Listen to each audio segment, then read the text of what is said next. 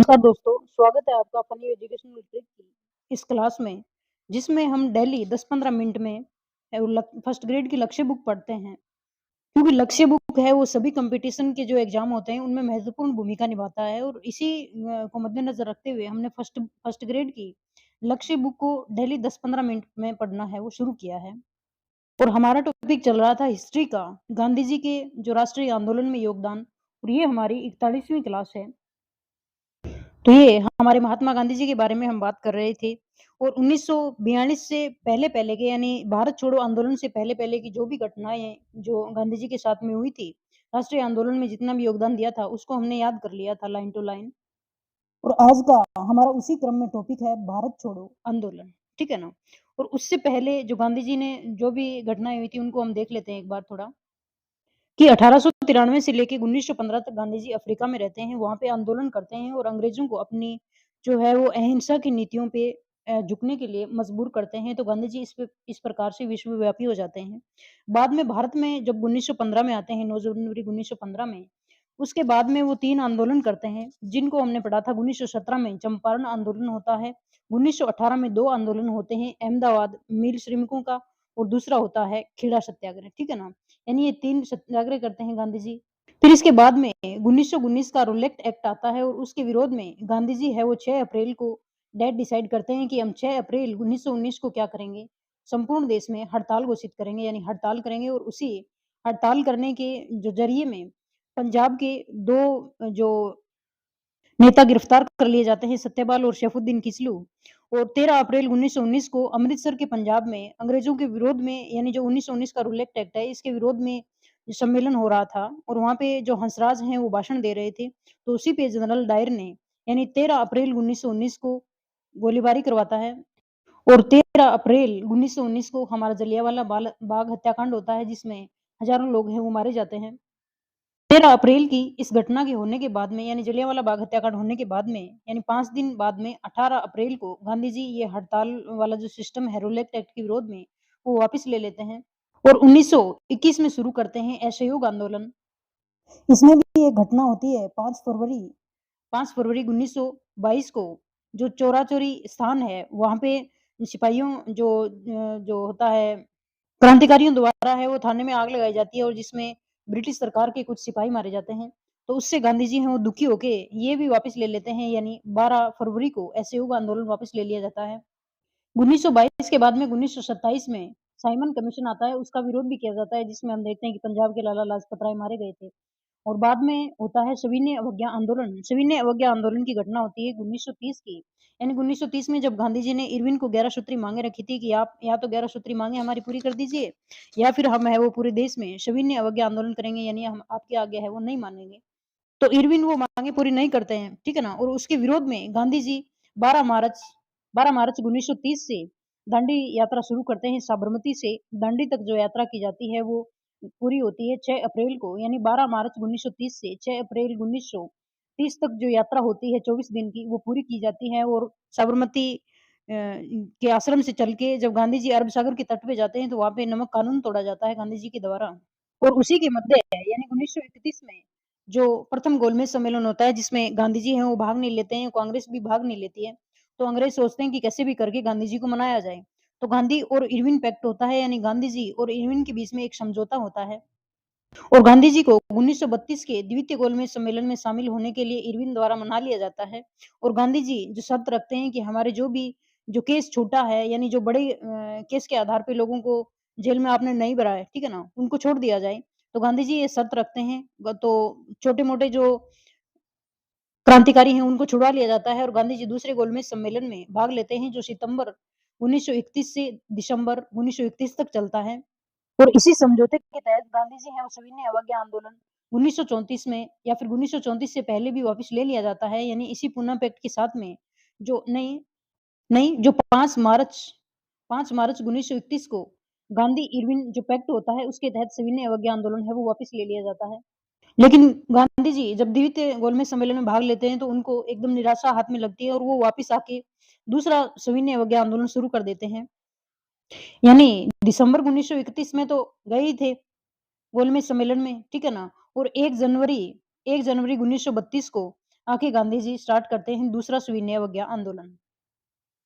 जब दूसरा सविनय अवज्ञा आंदोलन चल रहा होता है तो गांधी जी को यरवदा जेल में कैद कर दिया जाता है और यरवदा जेल में जब गांधी जी अपनी कैद काट रहे होते हैं, उसी समय रैमजे मैकडोनाल्ड है, वो 1932 का जो सांप्रदायिक पंचांग है, वो घोषित करता है। उसमें कहा जाता है कि जो दलित वर्ग है, उनको पृथक निर्वाचन का अधिकार दे दिया जाता है और उसमें जो सहयोग होता है, वो भीमराव अम्बेडकर का सबसे ज़्यादा कोशिशें होती है, ठीक है ना? और बाद में गांधी जी इसी जो सांप्रदायिक पंचांग है, उसके जो विरोध में आ जाते हैं और यरवदा जेल में अनशन शुरू कर देते हैं यानी आमरण अनशन गांधी जी के द्वारा 25 जो है वो 20 सितंबर को शुरू कर दिया जाता है 20 सितंबर को। तो 5 दिन बाद में भीमराव अंबेडकर यरौदा जेल में आते हैं और गांधी जी के साथ में जो पूना पैक्ट किया जाता है यानी पूना समझौता किया जाता है भीमराव अंबेडकर जी के और गांधी जी के बीच में होता है 25 सितंबर को। 25 सितंबर 1932 को यानी गांधी जी 20 सितंबर 1932 को यरौदा जेल में आमरण अनशन शुरू करते हैं और 25 सितंबर को ये पैक्ट होता है, पूना पैक्ट। बाद में व्यक्तिगत सत्याग्रह किया जाता है 17 अक्टूबर 1940 को और फिर इसके बाद में व्यक्तिगत सत्याग्रह किया जाता है और व्यक्तिगत सत्याग्रह 1940 में होने के बाद में हमारा आता है भारत छोड़ो आंदोलन। तो स्टार्ट करते हैं भारत छोड़ो आंदोलन। यानी द्वितीय विश्व युद्ध प्रारंभ होने के बाद कांग्रेस और सरकार में कोई समझौता न हो पाने के कारण अंततः कांग्रेस ने एक ठोस और प्रभावी आंदोलन करने का निश्चय किया। मेन बात ये है कि ये एकदम है वो अंग्रेजों से नाक नाक आ गए थे और उन्होंने सीधा ऐलान कर दिया कि अब तो आप भारत छोड़ो, कोई समझौता नहीं है। तो 14 जुलाई 1942 को कांग्रेस कार्य समिति ने वर्धा में अपनी बैठक में आंदोलन प्रारंभ करने हेतु गांधी जी को अधिकृत किया और वर्धा बैठक में गांधी जी ने कहा कि भारतीय समस्या का हल अंग्रेजों द्वारा भारत छोड़ देने में है और गांधी जी के इस प्रस्ताव को वर्धा प्रस्ताव कहते हैं। यानी मेन इंपॉर्टेंट बात यह है कि भारत छोड़ो आंदोलन का प्रस्ताव जहां से पारित हुआ वो था वर्धा सम्मेलन। 8 अगस्त 1942 को अखिल भारतीय कांग्रेस कमेटी की बंबई में ग्वालियर टैंक मैदान यानी अब अगस्त क्रांति मैदान में हुई ऐतिहासिक बैठक में भारत छोड़ो आंदोलन प्रारंभ करने का प्रस्ताव पारित हुआ। तो 8 अगस्त 1942 को, ठीक है ना?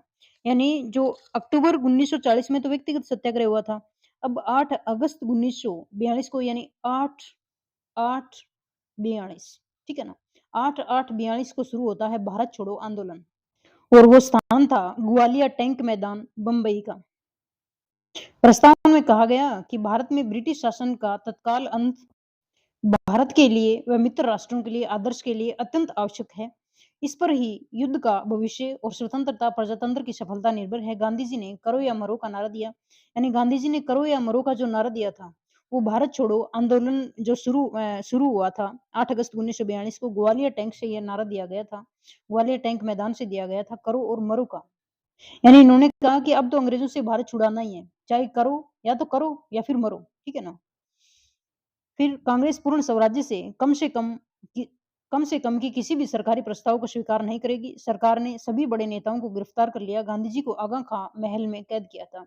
अब हम आगा खां महल की बात करें तो आगा खां महल है वो पुणे महाराष्ट्र में है और यहीं पे 22 फरवरी 1944 को जो कस्तूरबा गांधी जी हैं, गांधी जी की वाइफ हैं, उनका देहांत हो जाता है। यानी गांधी जी के देखते देखते यहाँ पे कस्तूरबा गांधी जी का देहांत हो जाता है। ये आगा खां पैलेस में बना हुआ चित्र है जहाँ पे कस्तूरबा गांधी जी की डेथ हुई थी। यानी एक फैक्ट आता है कि सविनय अवज्ञा आंदोलन जब चल रहा था तब तो गांधी जी को यरोदा जेल में रखा गया था, लेकिन भारत छोड़ो आंदोलन के दौरान गांधी जी को आगा खां पैलेस पुणे महाराष्ट्र में है वो कैद किया गया था। 9 अगस्त 1942 को समस्त देश में भारत छोड़ो आंदोलन पूरे वेग से प्रारंभ हुआ। गांधी जी ने कहा कि या तो हम भारत को पूर्ण स्वतंत्र कराएंगे या इस प्रयास में मर मिटेंगे। मुस्लिम लीग व कम्युनिस्ट पार्टी ने भारत छोड़ो आंदोलन का बहिष्कार किया था। यानी मुस्लिम लीग और कम्युनिस्ट पार्टी इस आंदोलन में है वो साथ नहीं थी गांधी जी के। डॉक्टर अंबेडकर ने इस आंदोलन को अनुत्तरदायीपूर्ण बताया था। ये आंदोलन भारतीय स्वतंत्रता के लिए किया गया सबसे महान प्रयास था। भारत छोड़ो आंदोलन के बाद इस तरह का कोई वृहद स्तर का जन आंदोलन नहीं छेड़ा गया, परंतु धीरे-धीरे की गई राजनीतिक कार्यवाहियों और प्रयासों से अंततः 15 अगस्त 1947 को भारत आजाद हुआ, जिसमें महात्मा गांधी के निस्वार्थ अविस्मरणीय योगदान को भुलाया नहीं जा सकता। महात्मा गांधी ने भारत की स्वतंत्रता के लिए जो प्रयास किए, वे अद्वितीय थे। उनके द्वारा कांग्रेस के राष्ट्रीय आंदोलन को जो छोटे वर्गों तक सीमित था, जन-जन तक पहुंचाया गया और देश का बच्चा-बच्चा देश की स्वतंत्रता यज्ञ में आहुति देने के लिए स्वयं तत्पर हुआ। गांधी जी जननायक थे। वे महान चिंतक, सत्य के अनुयायी, दरिद्र नारायण के सेवक, हरिजन सेवक, अहिंसा के व्यवहारिक अनुयायी और मानवीय मूल्यों के महान संस्थापक थे। महात्मा गांधी ने सत्याग्रह और अहिंसा को व्यवहारिक जीवन में प्रयोग कर देश को स्वतंत्रता दिलाई उन्होंने राष्ट्रीय आंदोलन को उद्वेलित किया, सरकार के प्रति जन-जन में विरोधी भावना जागृत की और अन्याय के विरुद्ध संघर्ष की भावना पैदा की। गांधी जी ने खादी के प्रयोग और स्वदेशी वस्तुओं के प्रयोग को बढ़ावा दिया ताकि हमारे देश के कुटीर उद्योग धंधे पुनः पनप सकें और लोगों को आर्थिक सुधार मिल सके।